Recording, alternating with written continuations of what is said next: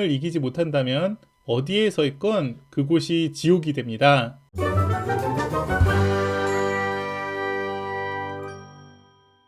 안녕하세요, 뿌레드 아저씨입니다. 은퇴하고 나서 가장 중요한 게 감사하는 마음이라고 이 영상에서 말씀드렸습니다. 모든 것들은 우리 마음이 만들어냅니다. 같은 상황에서도 어떤 마음가짐을 선택하느냐에 따라 우리는 행복할 수도 있고 불행할 수도 있습니다.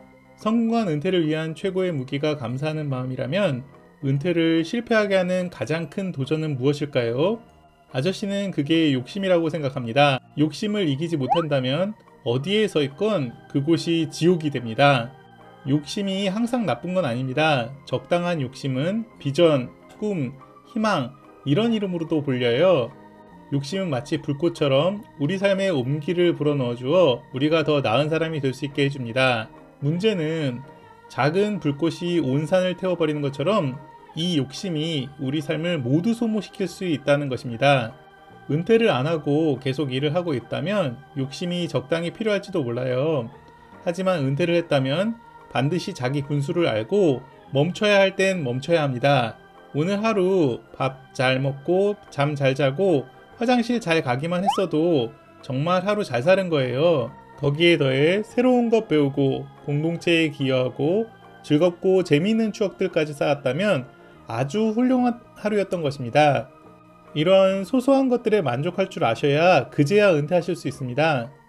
1000만원짜리 가방을 들고 다녀야 된다거나 1억짜리 외제 자동차를 타야 그게 행복이라고 생각된다면 죽는 날까지 우리는 절대 은퇴라는 걸 할 수 없습니다. 새 가방과 새 차는 매년 다시 나와요. 그렇기 때문에 돈은 항상 부족할 것이고 만족은 길지 못할 것입니다. 이런 마음을 가지고 은퇴해야 한다면 절대 행복할 수 없어요.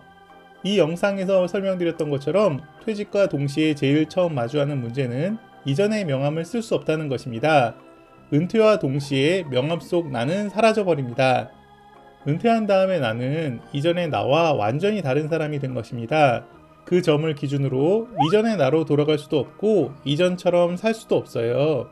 그래서일까요? 큰 조직에서 높은 자리까지 올라가셨던 분들에게 은퇴가 더 힘들 수 있습니다.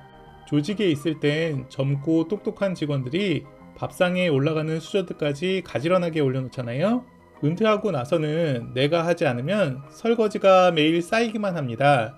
그런데 직장에서의 내가 아니라 그게 진짜 나의 모습입니다. 이 영상에서 말씀드렸던 것처럼 우리는 조직 속에서 직급이라는 옷을 잠시 빌려 입었던 것 뿐입니다. 성공한 은퇴를 위해서는 진짜 나는 누구인지 돌아보는 시간이 꼭 필요합니다. 겸허하게 이전에 잘 나가던 나를 접어두시는 게 좋아요. 내가 어떤 사람이었는데 이렇게 살아?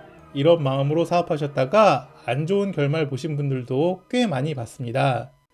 감사하는 마음과 욕심 없는 삶 이야기를 하면 그게 패배자처럼 보이고 세상에서 도피하는 것 같은 모습으로 비춰줄 수도 있어요. 하지만 아저씨 같은 경우엔 그런 마음이 투자에 성공하는 데 오히려 도움이 되었습니다. 아저씨는 2009년도에 처음 아파트를 샀어요. 그땐 그 아파트 라인 전체가 다 미분양이어서 원하는 호수를 골라서 살 수 있었습니다. 아직도 잊혀지지 않아요. 그때 아파트 사려고 갔을 때 부동산 사장님께서 걱정하시면서 왜 굳이 지금 아파트를 사냐고 말리시더라고요. 상가도 주식도 마찬가지였습니다. 그런데 그때의 선택들이 지금의 저를 먹여 살려주고 있습니다.